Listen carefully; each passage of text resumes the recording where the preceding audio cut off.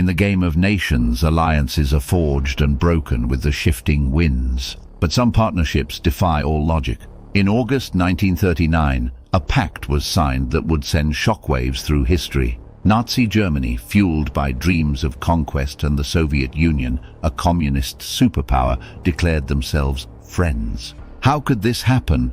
Why would these bitter enemies, locked in a battle of ideologies, choose cooperation over conflict? That is the question that has haunted historians ever since. Join us as we uncover this twisted pact and see how a gamble for time ignited the fires of the Second World War. The architects of this infamous pact were two of history's most ruthless and terrifying figures, Joseph Stalin, the paranoid dictator of the Soviet Union, and Adolf Hitler, the megalomaniacal Führer of Nazi Germany. Both men were masters of manipulation and propaganda, driven by an insatiable thirst for absolute control, yet their paths to power and their methods were distinctly different. Stalin rose to prominence through the brutal infighting of the Bolshevik Revolution. He consolidated his power through fear, terrorizing his population and purging any perceived threat within his party and the military ranks. The purges of the 1930s decimated the Red Army, leaving it a weakened shadow of its former potential and creating a sense of paranoia and mistrust within its leadership.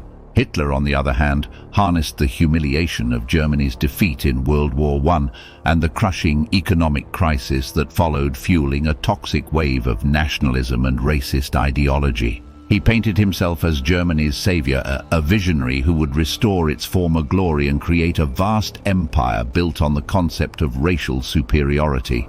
His rise was fueled by a carefully crafted cult of personality and the raw power of the efficient and ruthless Nazi paramilitary forces. This was not merely a clash of personalities, but the inevitable conflict between two fundamentally opposed ideologies. Communism preached the ideal of a classless, worker-controlled society, while Nazism was built on notions of racial purity and the supremacy of the Aryan master race. Yet, in their pursuit of absolute power, both Stalin and Hitler resorted to similar tactics, crushing opposition, suppressing dissent, and building a terrifying apparatus of state control that extended into every aspect of their citizens' lives. On paper, the Nazi-Soviet Non-aggression Pact signed in August 1939 seemed like a paradox, a betrayal of the core beliefs that each regime claimed to uphold. Yet, a closer look reveals a complex blend of political maneuvering, strategic miscalculations, and raw hunger for power driving this unlikely alliance. For Stalin, this pact was a desperate, cynical attempt to buy time. The Great Purge of the 1930s had been a ruthless campaign of political repression within the Soviet Union, decimating the ranks of the Red Army's experienced officer corps. He recognized the weakness of his own military, especially when compared to the growing might of Germany. This agreement wasn't about trust, it was about breathing room, a calculated delay meant to build up Soviet defenses while he expected a future conflict with his unlikely partner. Hitler, ever the opportunist, saw this pact as a stepping stone to achieve his grand vision. Exploiting the Western powers' appeasement policies, he sought to neutralize the Soviet threat and secure his eastern flank before pursuing his primary objective, conquering Western Europe. The invasion of Poland, a mere week after the pact was signed, illustrates his deceptive intent. He saw this alliance as a temporary tactic, a charade he would cast aside once he crushed those he considered ideologically and racially inferior. The secret protocols of the pact reveal the chilling cynicism of these two dictators.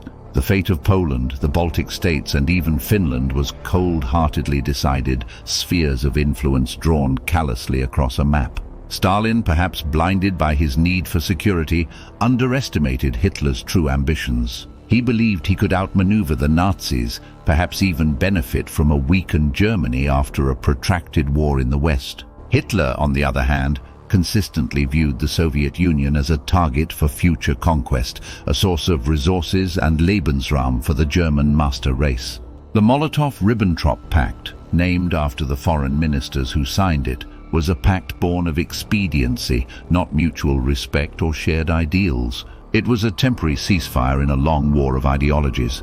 Though it bought both dictators time, the inherent contradictions and insatiable appetites of both regimes would lead to its inevitable collapse. On June 22, 1941, Hitler launched Operation Barbarossa, the surprise invasion of the Soviet Union, shattering the pact and unleashing the most brutal and destructive theater of World War II.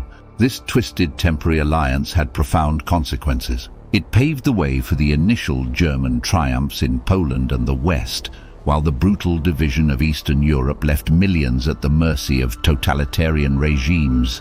The cynical gamble made by Stalin and Hitler reshaped the course of the 20th century, a testament to the dangerous ambition and devastating consequences of unchecked power. The Nazi-Soviet Non-aggression Pact was a chilling reminder that in the realm of power, politics, morality and ideology often take a back seat to cold calculation.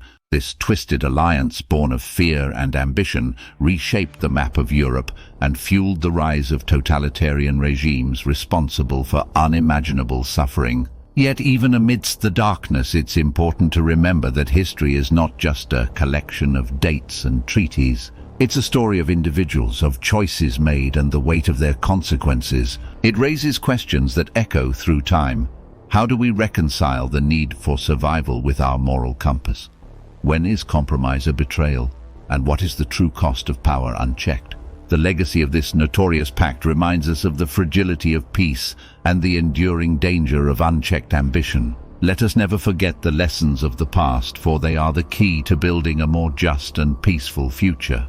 And of course, if this video sparked your interest in history, don't forget to like and subscribe to the channel for more fascinating stories from across the ages.